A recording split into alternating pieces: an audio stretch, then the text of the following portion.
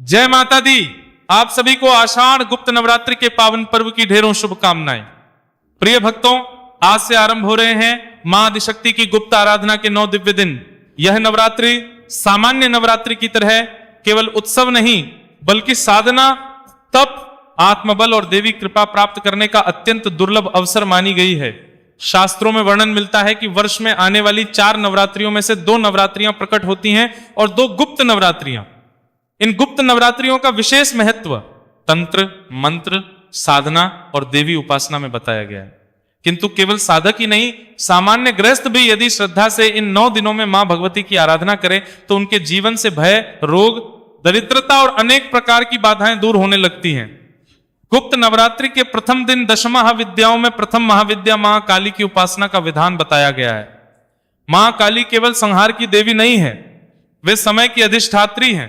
वे अधर्म का अंत करती हैं, अपने भक्तों के भय को नष्ट करती हैं और उन्हें अद्भुत साहस, शक्ति तथा आध्यात्मिक उन्नति प्रदान करती हैं। आज हम आपको सुनाने जा रहे हैं मां महाकाली की एक अत्यंत दुर्लभ और पौराणिक कथा, जिसका उल्लेख विभिन्न शक्ति परंपराओं और देवी महिमा में मिलता है। कहा जाता है कि जो भक्त श्रद्धा और विश्वास के साथ इस कथा का श्रवण करता है, मां काली उसके जीवन से नकारात्मक शक्तियों का नाश करती हैं और अपने दिव्य संरक्षण का आशीर्वाद प्रदान करती हैं। तो आइए पूर्ण श्रद्धा के साथ बोलिए जय मां काली, जय महाकाली, जय आदिशक्ति जगदम्बा। बहुत प्राचीन समय की बात है, जब सृष्टि में देवता और असुर दोनों अपनी शक्तियों का विस्तार कर रहे थे। उसी समय 2 अत्यंत पराक्रमी असुरों का जन्म हुआ। उनका नाम था शुंभ और निशुंभ। दोनों भाइयों ने बाल्यकाल से ही असाधारण बल प्राप्त कर लिया था, लेकिन बल के साथ उनके भीतर अहंकार भी बढ़ने लगा। उन्होंने निश्चय किया कि वे तीनों लोकों पर अधिकार करेंगे। इस उद्देश्य से दोनों भाई हिमालय के निर्जन प्रदेश में जाकर कठोर तपस्या करने लगे। हजारों वर्षों तक उन्होंने अन्न और जल का त्याग कर केवल वायु के सहारे तप किया। उनकी तपस्या इतनी प्रचंड थी कि देवलोक तक कांप उठा। अंततः सृष्टिकर्ता भगवान ब्रह्मा उनके सामने प्रकट हुए। ब्रह्मा जी ने कहा, वत्स, मैं तुम्हारी तपस्या से प्रसन्न हूं, वर मांगो। दोनों असुरों ने पहले भगवान को प्रणाम किया और फिर अत्यंत चतुराई से कहा, प्रभो, हमें ऐसा वरदान दीजिए कि देवता, दानव, यक्ष, गंधर्व, नाग, किन्नर अथवा कोई भी पुरुष हमारा वध न कर सके। यदि हमारी मृत्यु हो तो केवल किसी स्त्री के हाथों ही हो। ब्रह्मा जी कुछ क्षण मौन रहे।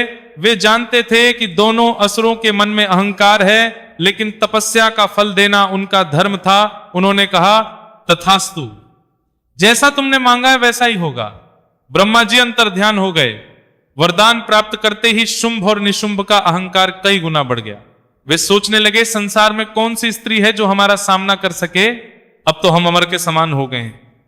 यही विचार उनके विनाश का कारण बनने वाला था। कुछ ही समय में उन्होंने विशाल सेना तैयार की। चंड, मुंड, धूम्रलोचन, रक्तबीज और अनेक भयंकर राक्षस उनके सेनापति बन गए।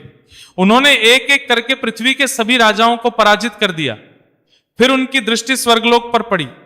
देवराज इंद्र ने जब असुरों की विशाल सेना देखी तो उन्होंने देवताओं को संगठित किया। देवताओं के और असुरों के बीच भयंकर युद्ध प्रारंभ हुआ। वज्र गरजे, त्रिशूल चमके, अग्निबाण आकाश को चीरने लगे। कई दिनों तक युद्ध चलता रहा, लेकिन ब्रह्मा के वरदान के कारण शुंभ और निशुंभ अजय सिद्ध हुए। अंततः देवताओं को पराजय का सामना करना पड़ा।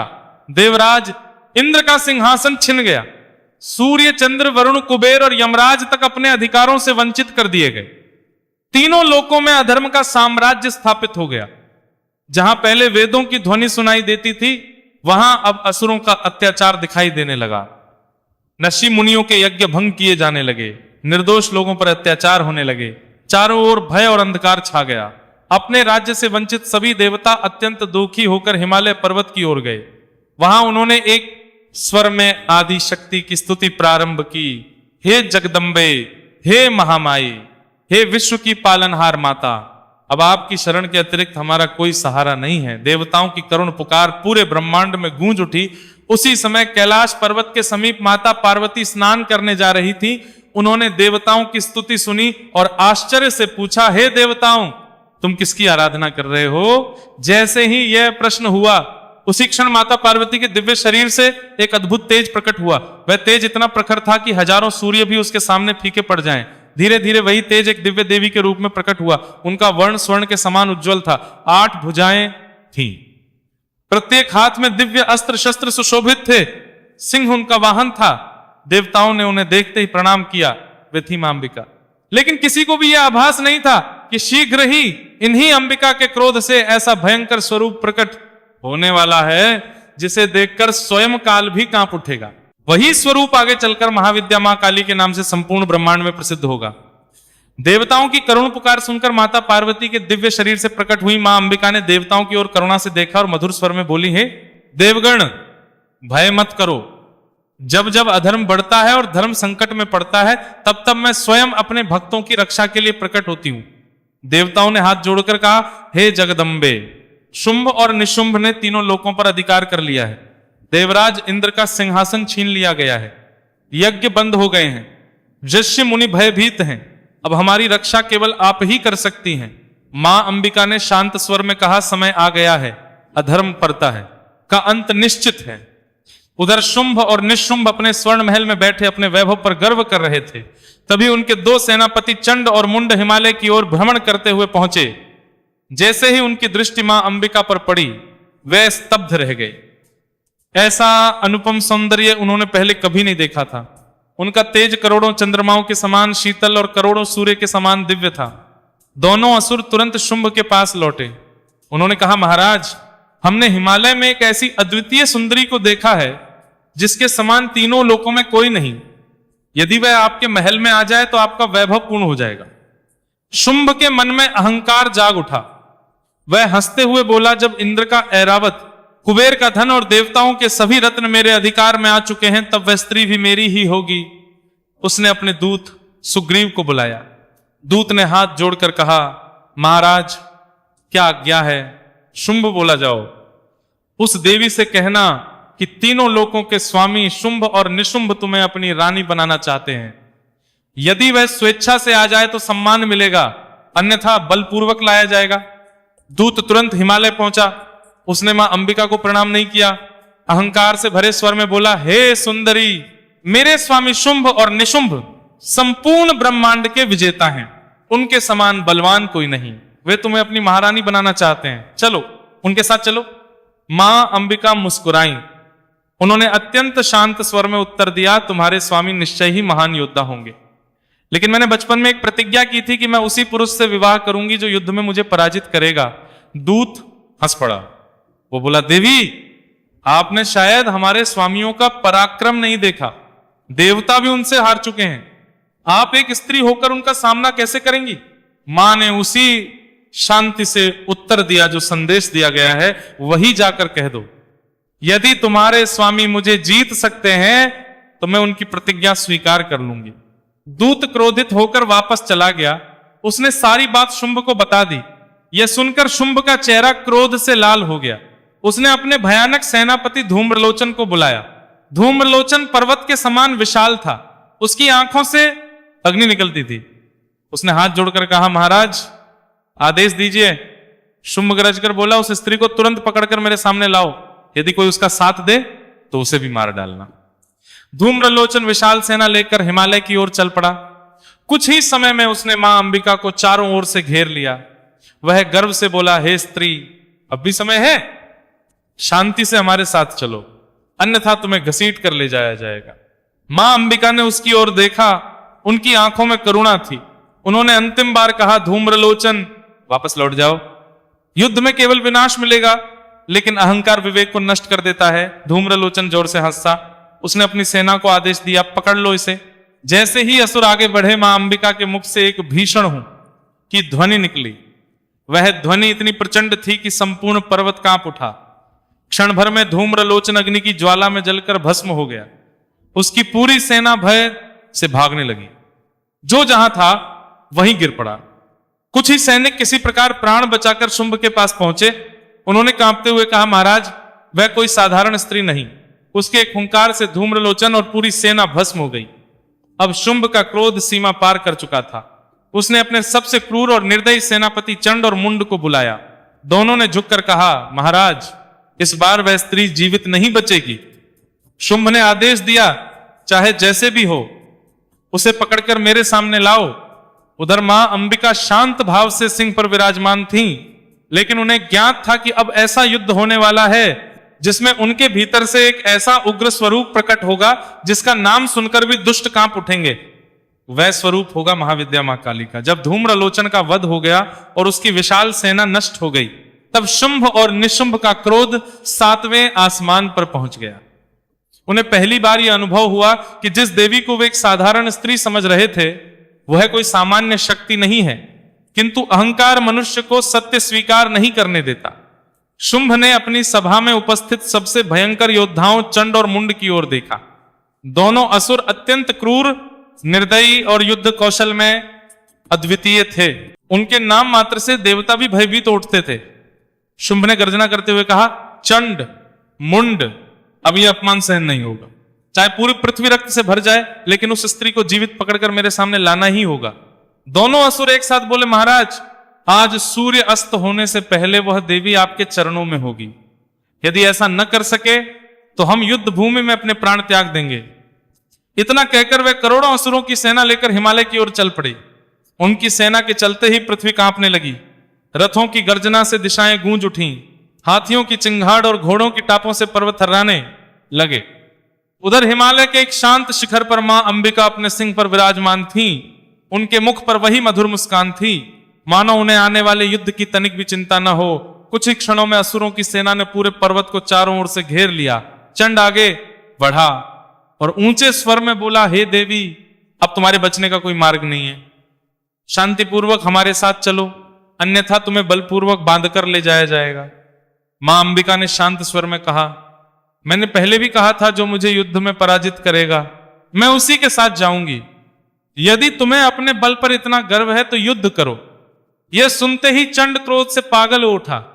उसने अपनी सेना को आदेश दिया, आक्रमण। क्षण भर में हजारों बाण एक साथ मां अंबिका की ओर छोड़े गए।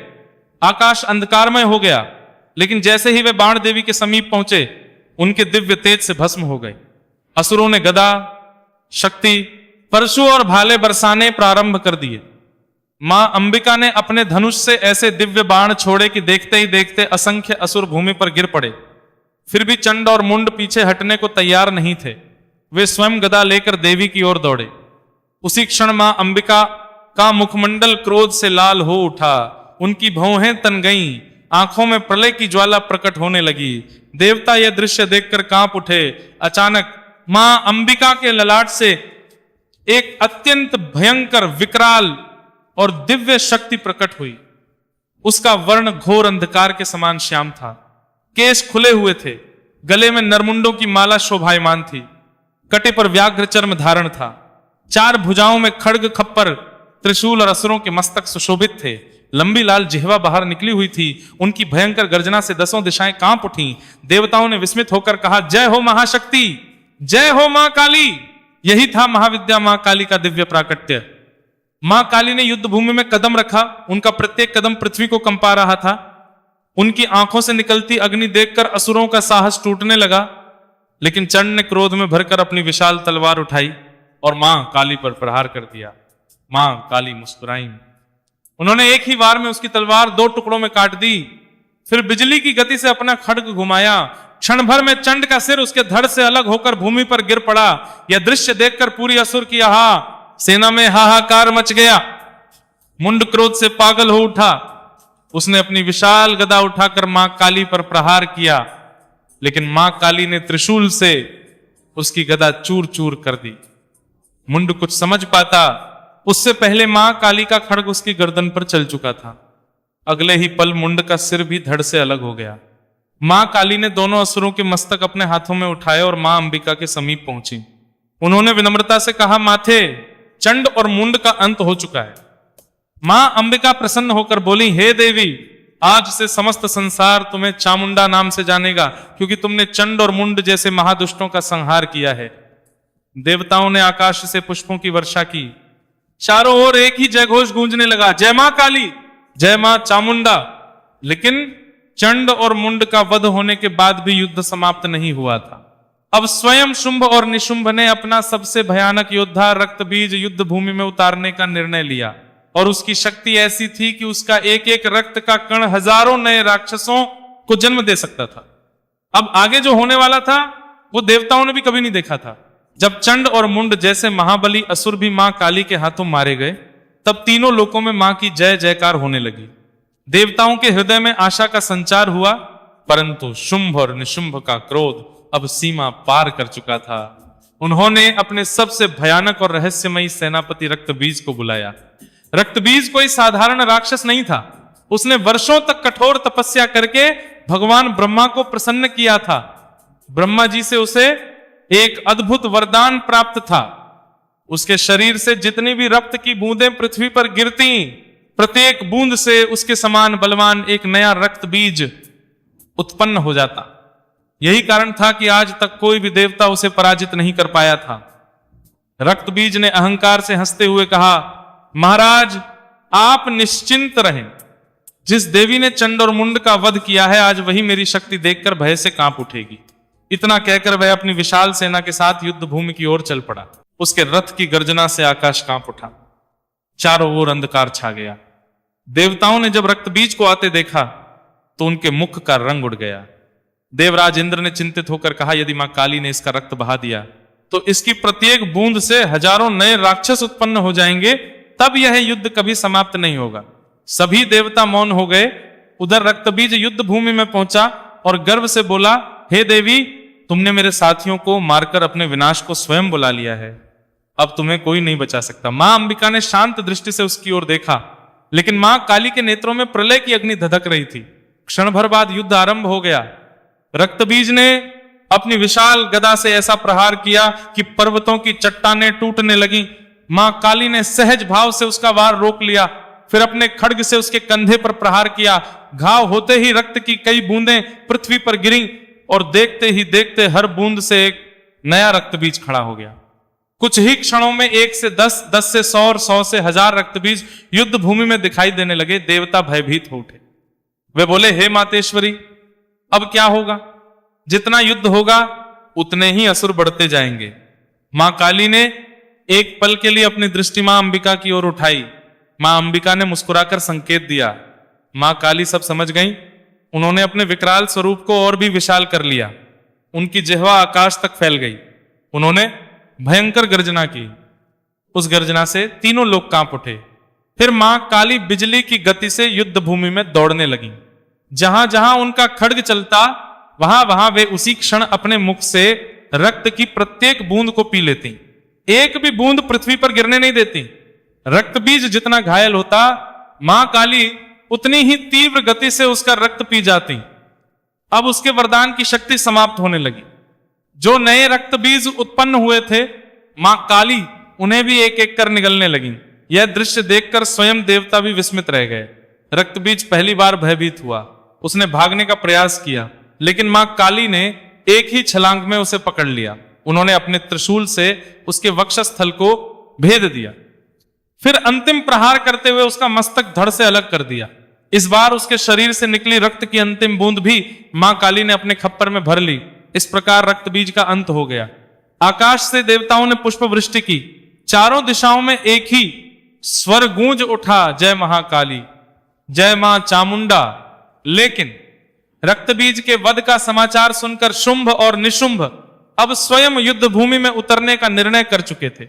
उन्हें विश्वास था कि यदि वे हार गए तो उनका समस्त साम्राज्य समाप्त हो जाएगा। उधर मां काली और मां अंबिका भी अंतिम निर्णायक युद्ध के लिए तैयार हो चुकी थी।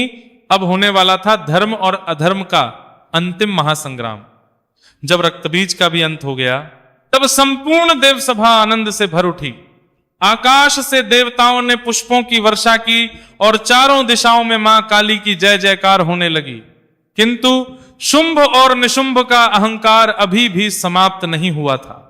उन्होंने अपने समस्त बचे हुए असुरों को एकत्र किया और स्वयं युद्ध भूमि की ओर प्रस्थान किया। उनके रथों की गर्जना से पृथ्वी कांप उठी।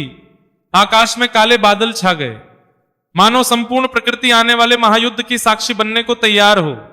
शुंभ ने युद्ध भूमि में पहुंचकर ऊंचे स्वर में कहा, हे देवी, तुमने छल से मेरे सेनापतियों का वध किया है। यदि तुम में वास्तव में सामर्थ्य है तो अकेले मेरा सामना करो। मां अंबिका मुस्कुराई। उन्होंने शांत स्वर में उत्तर दिया, हे मूर्ख, यह समस्त शक्तियां मेरी ही अभिव्यक्तियां हैं। मैं एक ही हूं, अनेक रूपों में प्रकट होती हूं। इतना कहते ही मां ब्राह्मणी, वैष्णवी, माहेश्वरी, कौमारी, वाराही, इंद्राणी, नारसिंही और मां काली सहित सभी देवियां पुनः मां अंबिका के तेज में समाहित हो गईं। अब युद्ध भूमि में केवल दो ही शक्तियां थीं, एक और अहंकार से भरा शुंभ और निशुंभ, दूसरी ओर संपूर्ण सृष्टि की अधिष्ठात्री आदिशक्ति।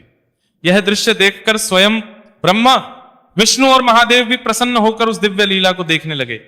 निशुंभ ने सबसे पहले आक्रमण किया। उसने हजारों बाण एक साथ देवी की ओर छोड़े। मां ने सहजता से अपने बाणों द्वारा उन सभी अस्त्रों को नष्ट कर दिया। फिर उन्होंने अपना दिव्य चक्र चलाया। निशुंभ ने उसे रोकने का प्रयास किया, परंतु चक्र ने उसके कवच को चीर डाला। क्रोधित होकर उसने विशाल गदा उठाई और देवी की ओर दौड़ा। मां ने त्रिशूल से उसकी गदा तोड़ दी। क्षण भर बाद देवी का त्रिशूल उसके वक्षस्थल में जा धंसा। निशुंभ भूमि पर गिर पड़ा।